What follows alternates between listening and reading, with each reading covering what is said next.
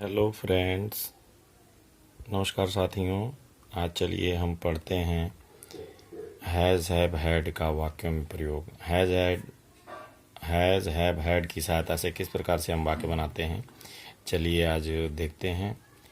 Has have had, इनका जो आप यहाँ पर वाक्य में जो हम आज प्रयोग सीखने जा रहे हैं, एक्चुअली हैज़, हैव और हैड, ये पोजीशन बताने के लिए यानी संबंध बताने के लिए आज हम पढ़ेंगे कि संबंध बताने के लिए इनका प्रयोग कैसे किया जाता है।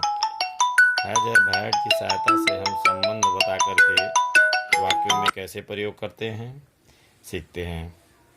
से इनका जो मतलब होता है हैज हैव हैड का, वो यही होता है कि पास या रखना।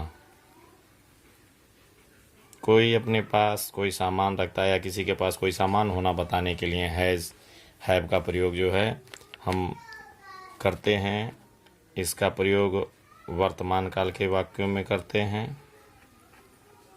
वर्तमान काल के वाक्यों में। और हैड का प्रयोग जो है ये पास है या रखना है के सेंस में होता है, रखता है, रखती है। और इसका पास था या रखता था, रखती थी के सेंस में होता है, रखता था, रखती थी।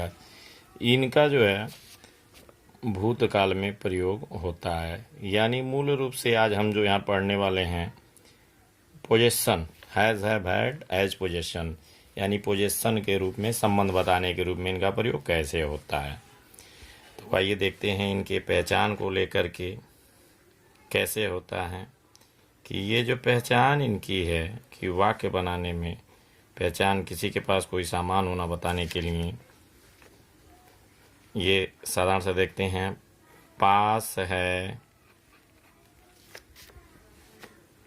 रखता है,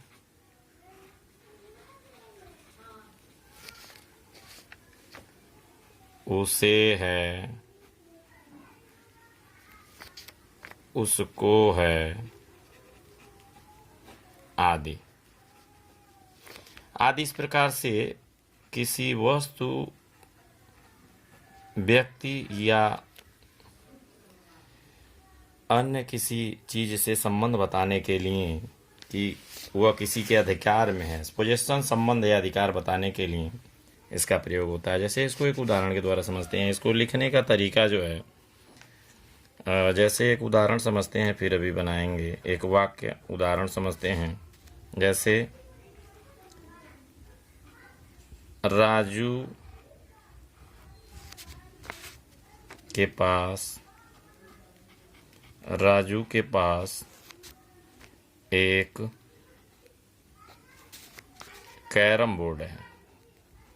राजू के पास एक कैरम बोर्ड है।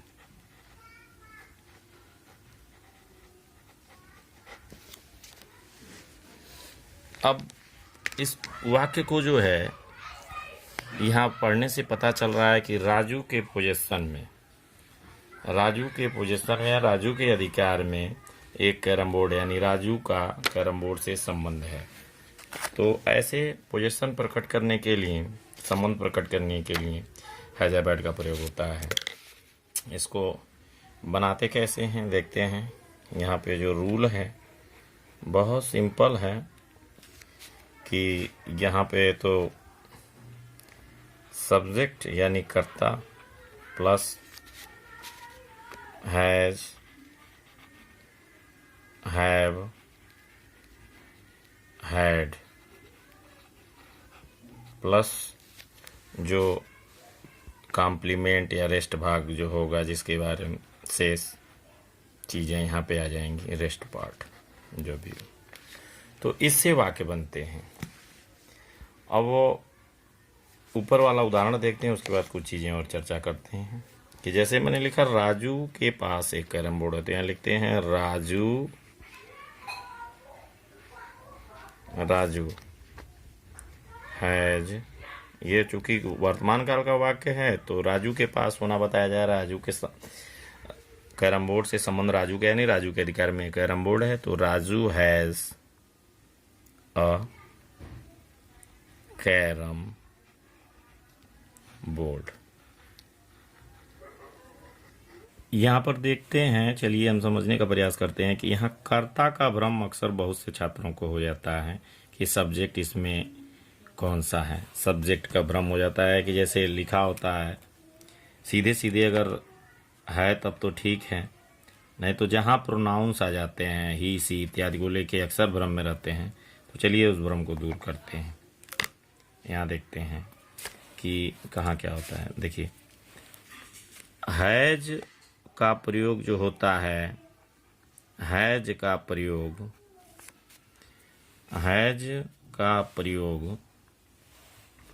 ही सी कोई भी नेम, ही सी कोई भी नेम, इट के साथ हैज लिखा जाता है। हैव, आई, यू, वी, दे,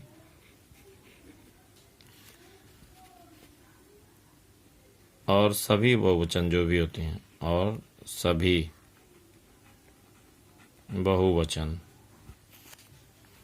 सभी बहुवचन कर्ता, सभी बहुवचन कर्ता के साथ, सभी बहुवचन कर्ता के साथ, आई टी के साथ, मतलब ये भी एक वचन कर्ता होते हैं, एक वचन कर्ता।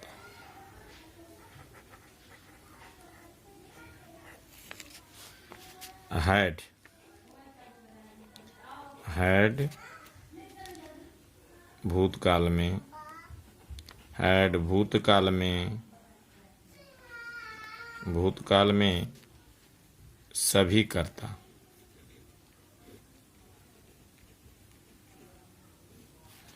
कर्ता के साथ। ये तो हो गया कि हैज हैव हैड किसके साथ लिखा जाता है।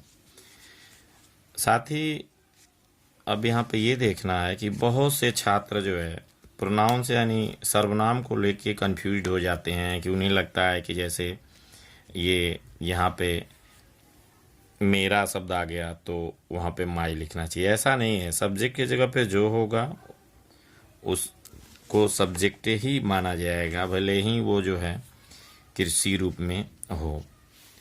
यहाँ पर मेरा, मुझे इत्यादि देख करके बहुत से लोग भ्रम में पड़ जाते हैं। तो यहाँ भ्रम में पड़ने की जरूरत नहीं। एक चीज़ यहाँ स्पष्ट रखें कि यहाँ पर किसी वस्तु या व्यक्ति से संबंध बताने जा रहे हैं, तो उस पोजीशन अधिकार में किसी के कोई वस्तु बताने जा रहे हैं, तो ऐसे स्थिति में जो है हैज हैव हैड ही लगेगा।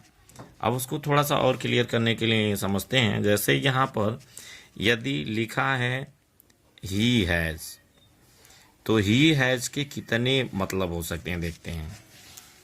ही हैज का मतलब हो गया कि वह रखता है। जरा समझने का प्रयास करते हैं। वह रखता है, ये हो गया वह रखता है। इसका और मतलब हो सकता है उसे है, उसको है।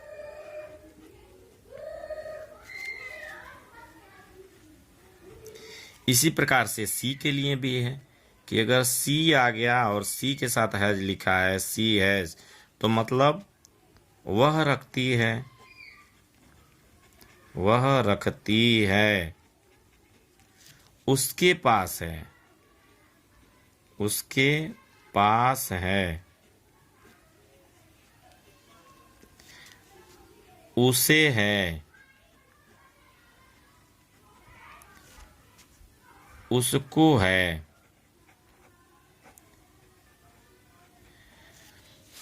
अब यहाँ देखते हैं कि बहुत से छात्र जो होते हैं कि वह रखता है तो ही लिख देते हैं, उसका चाहे उसकी है आ जाता है, उसे है तो कंफ्यूज हो जाते हैं। तो इस भ्रम से निकलने के लिए ये समझना बहुत जरूरी है। दे हैव को देखते हैं किन किन अर्थों में प्रयोग करते हैं। देखते हैं, वे रखते हैं, वे रखते हैं, उनके पास है, उनके पास है, उन्हें है,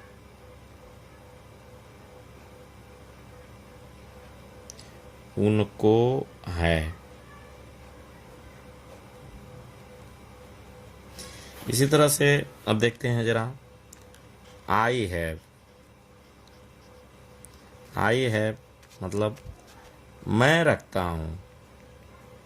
अब यहाँ से देखिए कन्फ्यूजन थोड़ा सा दूर होगा कि जब भी किसी के अधिकार और संबंध में कुछ वस्तु या व्यक्ति होना बताया जाए तो वहाँ पे हैज हैव क्यों लगता है, और जब हैज हैव लगता है तो वहाँ पर सब्जेक्ट केवल ये प्रोनाउन जो कर्ता का काम करते हैं, नहीं सब्जेक्टिव कैसी लगता है। जैसे मैं रखता हूँ, आई के साथ है भी लगेगा, मेरे पास है तब भी जो आई ही लगेगा हैव के साथ, मुझे है तब भी आई ही लगेगा।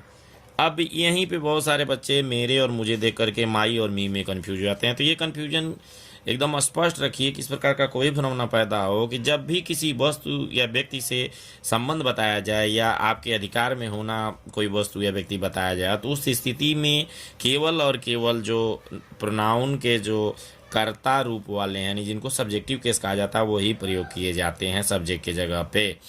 और इससे संबंधित एक टॉपिक जो आगे हम पढ़ाएंगे कि सब्जेक्ट प्रोनाउन के कौन कौन से केस होते हैं, उसमें सब्जेक्टिव केस कौन सा होता है जिसको नॉमिनेटिव केस भी कहते हैं, पॉजेसिव केस कौन सा होता है इसको संबंध बताने वाला कहते हैं, और ऑब्जेक्टिव केस कौन सा होता है इसको कर्म कहते हैं। तो ये आगे एक चैप्टर करेंगे। तो यहाँ पे आई है का जो मतलब है मैं रखता हूँ, मेरे पास है, मुझे है, मुझको है, ऐसे ऐसे सब में जो है हैव के साथ आई ही लिखा जाएगा। बिल्कुल इसी तरह से यू हैव के लिए है कि यू हैव लिखा है तो क्या होगा, तो यू हैव है तो ये हो जाएगा कि तुम रखते हो।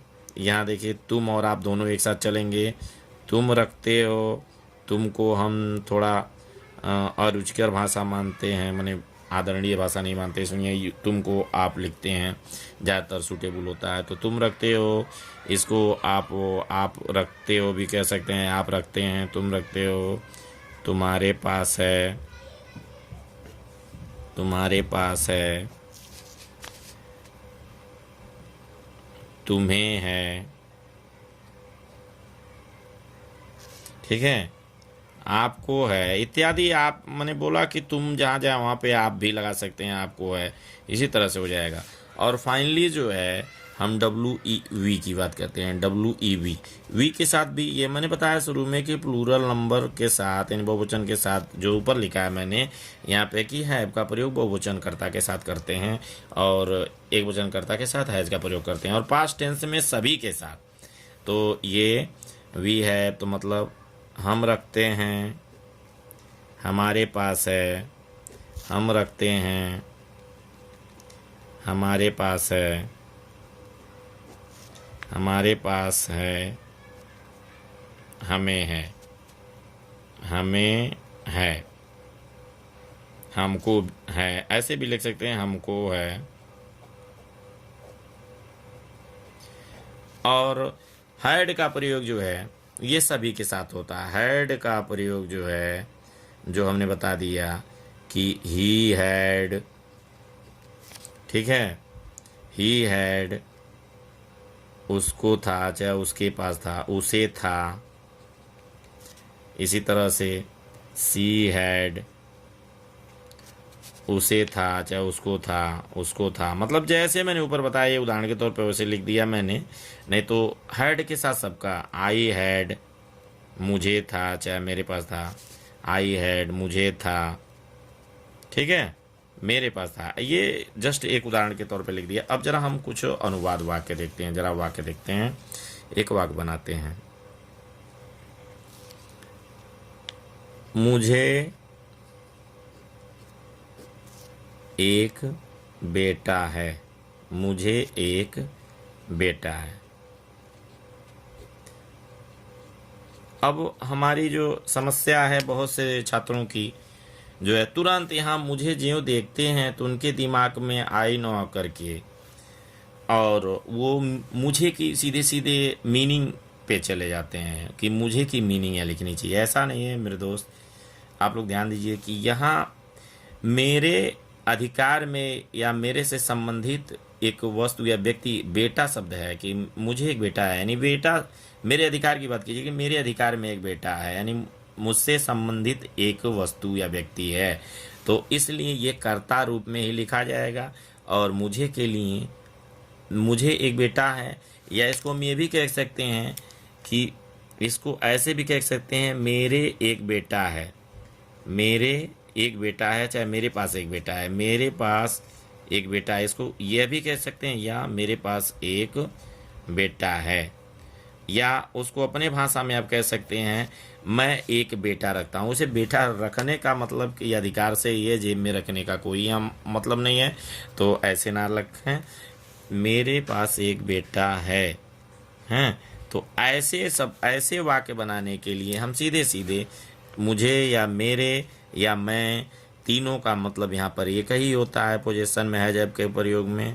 तो जब भी पोजीशन अधिकार बताया जाए, संबंध बताया जाए, तो आई हैव ए सन,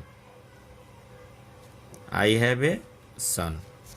अब देखते हैं दूसरा उदाहरण समझने का प्रयास करते हैं।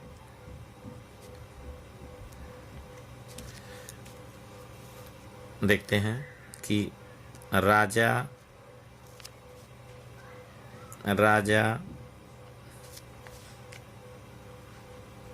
राजा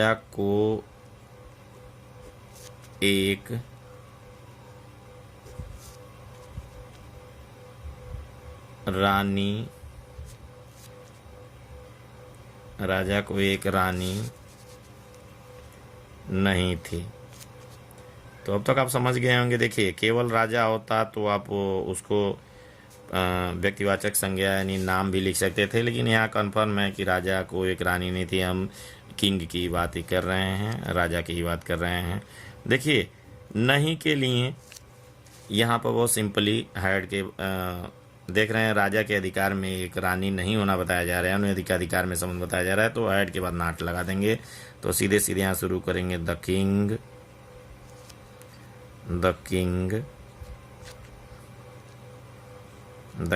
had not a queen. The king had not a queen. तो ऐसे जो है आप लोग और भी घर पे प्रयास कर सकते हैं घर पे। अब एक और देख लेते हैं। आपको